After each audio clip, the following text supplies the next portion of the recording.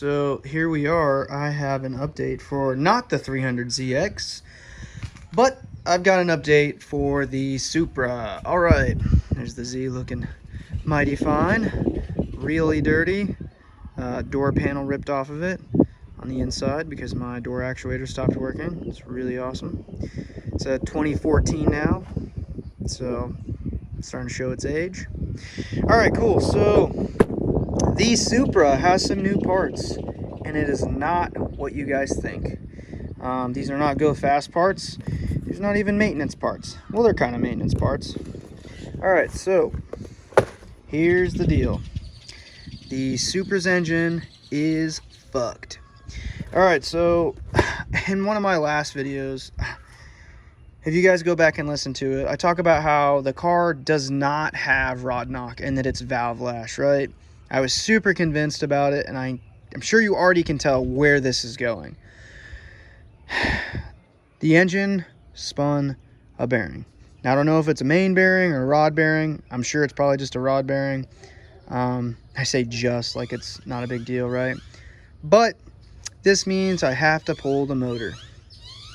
We're not going to do a full up rebuild. What we're going to do in the meantime, as I look for a new engine for it, I'm going to pull this one out, and I'm going to roll in a new bearing. Now, a lot of fucking people out there are probably like, oh no, that's a horrible idea. Why would you ever do that? That doesn't sound like a good idea. Well, it's not a good idea, but you know what we're going to do? Still going to do it. And here's the reason why, okay? Number one, I don't really have the money to be able to do a full up rebuild, right? I don't want to pay a shop to do it, okay? I really don't. But also, with the Supra, okay, it's supposed to be my daily driver, and it's laid up right now, which means I'm driving the Z, which isn't such a bad thing, right? But the Z is throwing some codes now. It's got the service engine soon light on, and it's because I run the Z without a filter. Now, the reason why I do that is because I like speed, and I really don't give a shit if I have a filter on it or not. If the engine goes boom, well, guess what? I guess I'll buy a new VQ engine. I'll buy a new VQ and holy shit! I will buy a new VQ engine if it ever blows on the 370Z. Wow. So, what are these parts, you may ask? Well, this is assembly lube. So, in just a second here, I'll probably cut to it with the box open and all the stuff out of it. Flippity flip. Flip. Haha, got your ass. So, here are the bearings, and I bought the good stuff, right? I didn't cheap out at all. These are Clevite. Clevite? I don't fucking know. Anyways, they're really good bearings, right? They're supposed to be. I've heard some people on the forums say stuff like, oh yeah, they don't really make them anymore, they're really hard to get, and they're just repackaged. Just bullshit. But I mean, it says made in Japan. I hope it's actually quality stuff. I guess we'll find out after we do the old thing. But essentially, I'm gonna get in there, I'm gonna find which one's fucked, and we're gonna roll it out. Okay. I'm not sure how well this is gonna go, right? I've got my assembly lube here. I've got my new bearings, okay, main bearings, and also the rod bearings. I don't know how well this is gonna go. It could last 1 mile. It could last 10,000 miles. It could last forever. I don't know, right? Essentially, I'm doing this because I want to try to save the motor without opening up the motor entirely, right? Because then we get into the go fast parts, right? I'm going to get the bright idea to fully build it and do this and that, and I just cannot do that. Holy shit, what is that? That is not stock. There's no way that is stock. I have no idea what that is. That's fucking weird as hell. So I was wrong, okay? I apologize to everyone who watches my videos. I was wrong. It was rod knock. I'm a freaking idiot, okay? I thought it was valve lash. I misdiagnosed it. But here's the good news, right? I did an oil change on this. There is no materials. There is no metals. There is nothing in the oil, which means that we may have caught it early enough that it's not going to have any issues when we go to roll this out and put it back in, right? Or roll it out, put it back in. You know what I'm saying, right? Take out the engine, roll in the bearing, put it back in. So we hopefully have caught it early enough that this still is going to be just fine, okay? This car has about 180 something thousand miles on it, I believe, the last time I checked, and I'd really like to get at least another 100,000 out of this exact motor. Now, one thing we will be doing for sure, right, is I'm going to buy an HKS blow-off valve for it, okay? I'm going to go ahead and buy the cool fast boy things. I'm going to clean that up while we have the motor out. I'm going to probably change the alternator. I'm going to do all the plugs, right? I'm going to do everything that you would probably think that you should do. In addition to that, probably the valve cover gasket.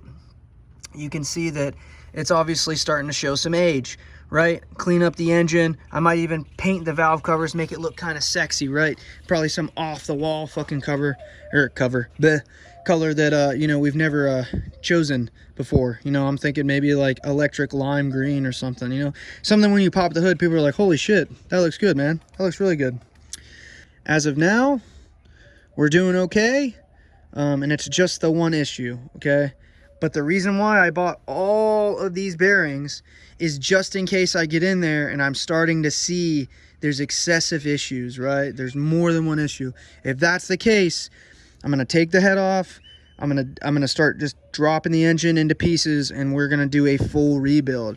Now, some people might say something along the lines of, well, why don't you do a full rebuild now? I don't have that kind of money, guys. I've got like $4,500 into this car right here. Oop, you guys just saw the other mod. Okay, cool. So this is one I'm super duper excited to show you guys. One of my soldiers, one of my old soldiers, he's a sergeant now. He and then another one of these soldiers that I knew, who actually became one of my good friends after working on shit boxes for a little while, my buddy Jibby and his wife, and then also Blickhan, decided they wanted to get me a gift, and this is what they got me. It is a cube short throw shifter for my Mark III Supra, and I'll tell you what, it is freaking cool. It was about 200 bucks. Oh, there's a dog here. Get the hell out of here. Okay, it was about 200 bucks, and this thing is neat, man. It really is. Like, it's gonna complete the car, because if you've ever owned a Supra, you've ever driven a Supra, you already know that whenever you're shifting, it feels real wobbly, like there's a ton of play. Well, probably because it's older, right? This is supposed to get rid of that entirely. It's going to be way better, and I'm super excited to put it in. That's the first, one of the only parts I wanted, right? The only mods I do plan on doing in the Supra, right, as long as we get in there and we roll this new bearing in there and it's all good, I'm going to put the short throw shifter on there. We're going to take off the filter for all this. We might upgrade the turbo, right? HKS blow-off valve, and then just a nice set of wheels and tires. And then I might do a little something with the interior, right? Like maybe a new steering wheel, and, you know, maybe fix the seats, because the seats are real rough. But yeah, so that's the plan. Like, I don't plan on doing anything else with this car. If I find a really good deal on one of those high-speed aluminum radiators, maybe I'll do that too. But, you know, there's just no reason, right? If it ain't broke, like, why fix it? The Supra is one of those cars that has just tripled in value over the last few years. My first Supra I ever bought, well, I bought it for 1,800 bucks. It had a rear main seal leak and a valve cover, a valve cover leak. And honestly, it wasn't a big deal, right? Because I was like, okay, well, the rear main seal, I'll just keep checking the oil, right? That wasn't a job I was willing to do. Now I know how to replace a rear main seal. It's just kind of like, whoa, that's fucking not that bad of a job, and I could have replaced the clutch while I was in there. Oh, pause. I will also be replacing the clutch on this when the motor's out.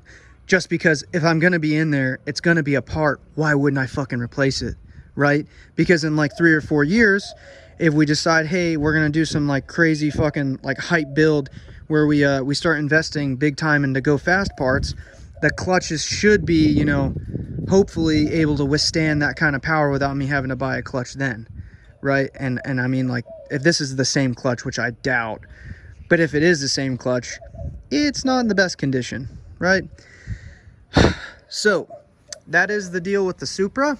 Okay, I'm sure you guys are admiring my golf club. It is quite amazing. That's the deal with the Supra, guys. I was wrong. I apologize. I was super confident that it was valve lash. I thought it was going to be something I could, you know, open it up and just fix.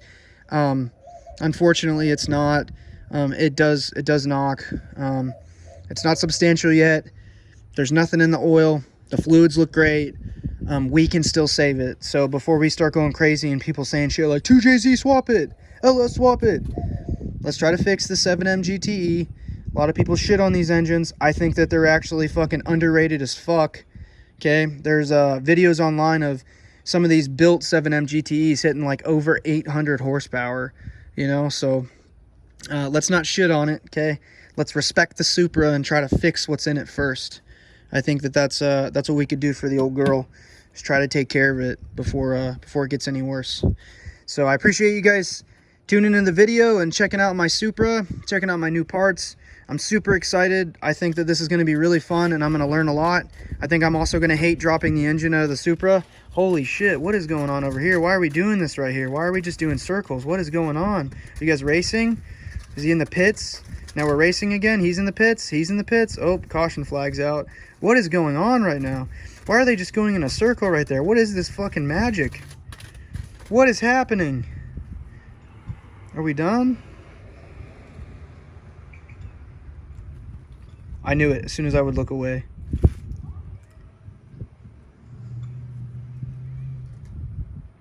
Okay, that's what I thought. Oh, dude, what is your deal? All right, your life's over. That's one. That's two. All right, cool, guys. Again, thank you for tuning in. Glad you guys got to see a small race before I ended their lives. See you later.